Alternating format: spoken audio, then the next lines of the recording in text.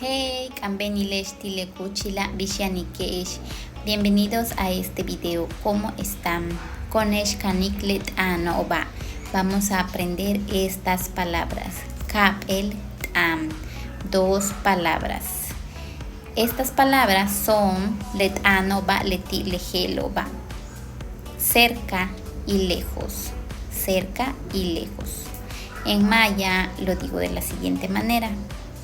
Nat, nach, nat, nach, nat, yetel, nach, cerca y lejos.